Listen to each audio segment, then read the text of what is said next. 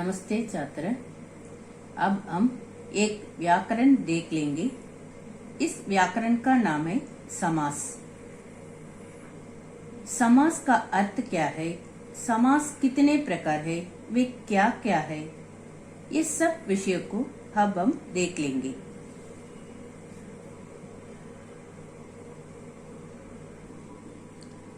समास। समास का अर्थ है संक्षिप्तकरण। संक्षिप्तकरण का अर्थ है छोटा करना, संक्षिप्त करना। समास का अर्थ है संक्षिप्तकरण, माने छोटा करना, संक्षिप्त करना। एक या दो से अधिक पदों या शब्दों के योग को, एक नहीं, दो या दो से अधिक पदों या शब्दों के योग को, योग का अर्थ है मेल। दो या दो से अधिक पदों या शब्दों की मेल को, जोड़ने को, आपस में जोड़ने को समास कहते हैं। दो या दो से अधिक पदों या शब्दों के योग को, इस तरह भी कह सके, मेल को, आपस में जोड़ने को समास कहते हैं।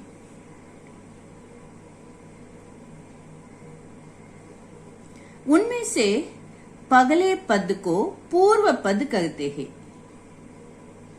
और दूसरे पद को उत्तर पद कहते हैं। पगले पद को पूर्व पद कहते हैं, दूसरे पद को उत्तर पद कहते हैं। अब हम उदाहरण देख लेंगे। डाकघर। इनमें पूर्व पद डाक है, उत्तर पद घर। इस तरह पहले पद को पूर्व पद कहते हैं, दूसरे पद को उत्तर पद कहते हैं। डाकघर, इनमें पूर्व पद डाक है, उत्तर पद घर है। इस तरह पगले पद को पूर्व पद कहते हैं, दूसरे पद को उत्तर पद कहते हैं। समास होने के पगले पदों के रूप को समास विग्रह कहा जाता है। इधर देखिए उदाहरण।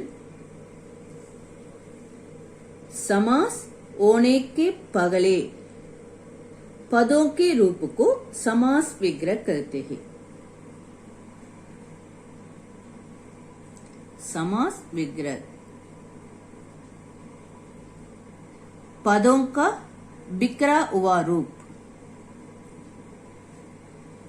समास होने के पगले पदों के रूप को समास विग्रह कहा जाता है। विग्रह का अर्थ है अलग करना।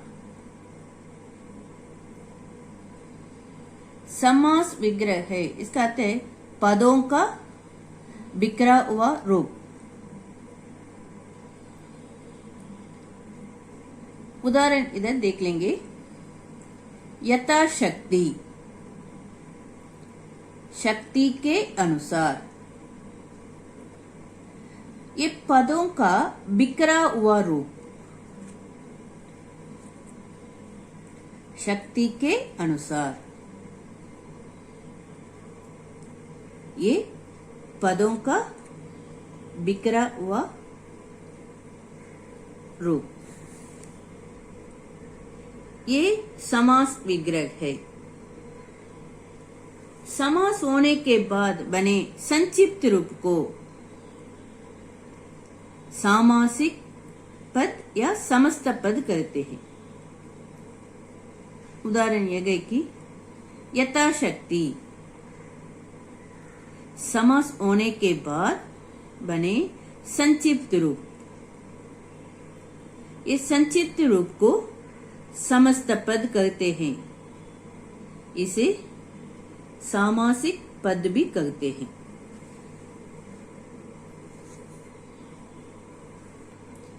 समास का अर्थ है संक्षिप्तकरण, छोटा करना, संक्षिप्त करना।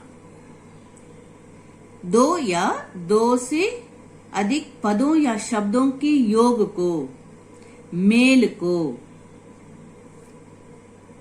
योग को है ना, मेल को आपस में जोड़ने को समास करते हैं। उनमें से पगले पद को पूर्व पद कहते हैं और दूसरे पद को उत्तर पद कहते हैं। उदाहरण है डाकघर। इसमें पूर्व पद डाक, ये पद है। दूसरे पद घर, उत्तर पद है। इस तरह पगले पद को पूर्व पद कहते हैं, दूसरे पद को उत्तर पद कहते हैं। समास होने के पगले पदों के रूप को समास विग्रह कहा जाता है। विग्रह का अर्थ है अलग करना।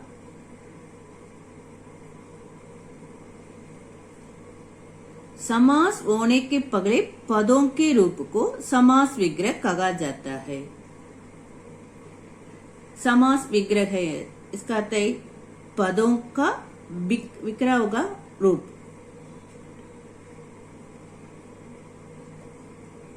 उदाहरण देख लेंगे। यथाशक्ति,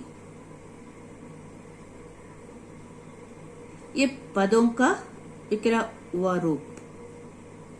शक्ति के अनुसार, ये समास विग्रह है। समास होने के बाद बने इस संक्षिप्त रूप को, इधर उदाहरण है यथाशक्ति, इसे समस्त पद कहते हैं, सामासिक पद भी कहते हैं।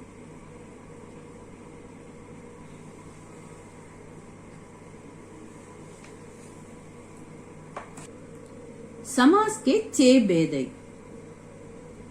अव्ययी भाव समास, तत्पुरुष समास, कर्मधारय समास, द्वंद्व समास, द्विगु समास, बहुव्रीहि समास। इस तरह समास के 6 भेद है। अब हम अव्ययी भाव समास, इसे हम देख लेंगे। अव्ययी भाव समास, जिस समास में पगला पद माने पूर्व पद अव्ययी होता है और पगला पद प्रधान होता है, उसे हम अव्ययी भाव समास कहते हैं। अव्ययी का अर्थ है लिंग, वचन, कारक की दृष्टि से नहीं बदलता।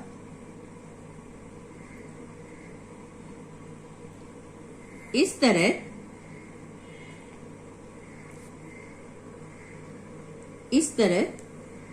अव्ययी भाव समास में पगला पद अव्यय होता है और पगला पद प्रधान होता है।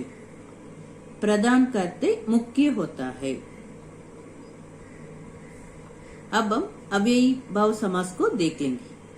सामासिक पद विग्रह। प्रतिदिन, प्रत्येक दिन या दिन ब दिन। इस तरह ये सामासिक शब्द क्या है? प्रतिदिन,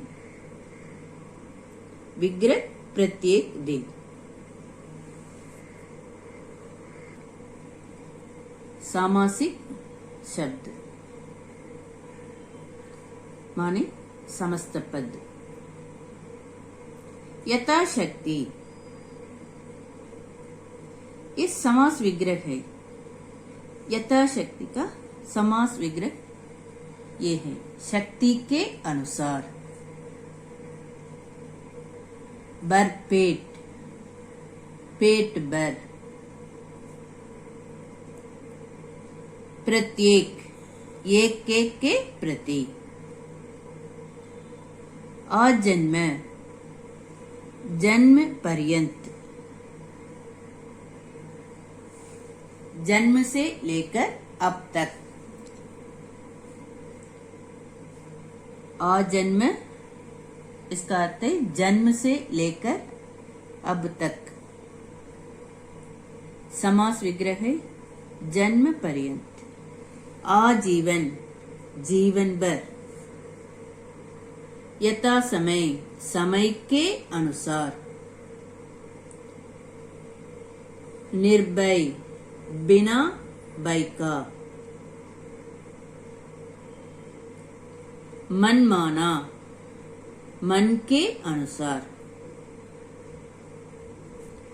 घड़ी घड़ी, घड़ी घड़ी इसका अर्थ है थोड़ी थोड़ी देर बाद, रग रग कर। घड़ी के बाद घड़ी, इसका अर्थ है थोड़ी थोड़ी देर बाद, थोड़ी थोड़ी देर के बाद।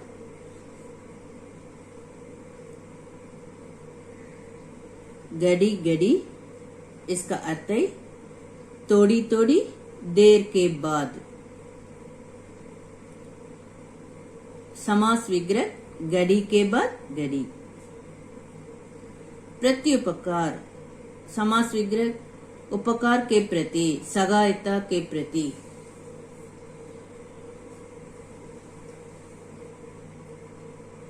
प्रतिमास, प्रत्येक मास। अनुगुण, गुण के योग्य।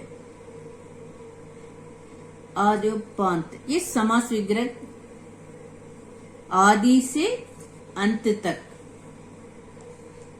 आदि, दी छोटी मात्रा में लिखना है।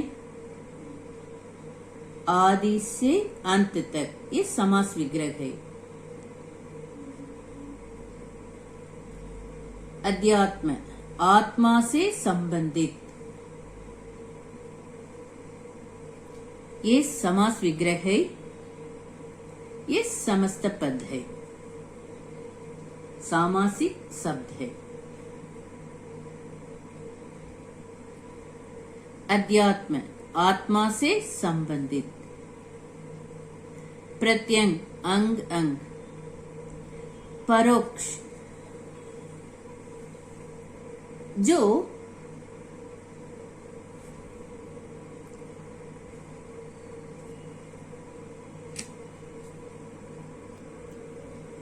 परोक्ष, इसका अर्थ है जो आंखों के सामने न हो। अक्षी के परे, अक्षी करते आंख, परे कहते उस ओर। ये परोक्ष का समास विग्रह है। परोक्ष का अर्थ है परोक्ष, इसका अर्थ है जो आंखों के सामने न हो। प्रत्यक्ष, स्पष्ट दिखाई पड़ने वाला, इसका अर्थ है स्पष्ट दिखाई पड़ने वाला। समास विग्रह अक्षी के प्रति, अक्षी कहते आंख, आंख, अक्षी के प्रति। प्रत्यक्ष, अक्षी के प्रति। प्रत्यक्ष का अर्थ है स्पष्ट दिखाई पड़ने वाला। ग्रह कार्य है। अब मैं ग्रह कार्य बताती हूँ। अब तक पढ़े न अव्ययीभाव समास, इसे एक बार अच्छी तरह लिखिए। धन्यवाद।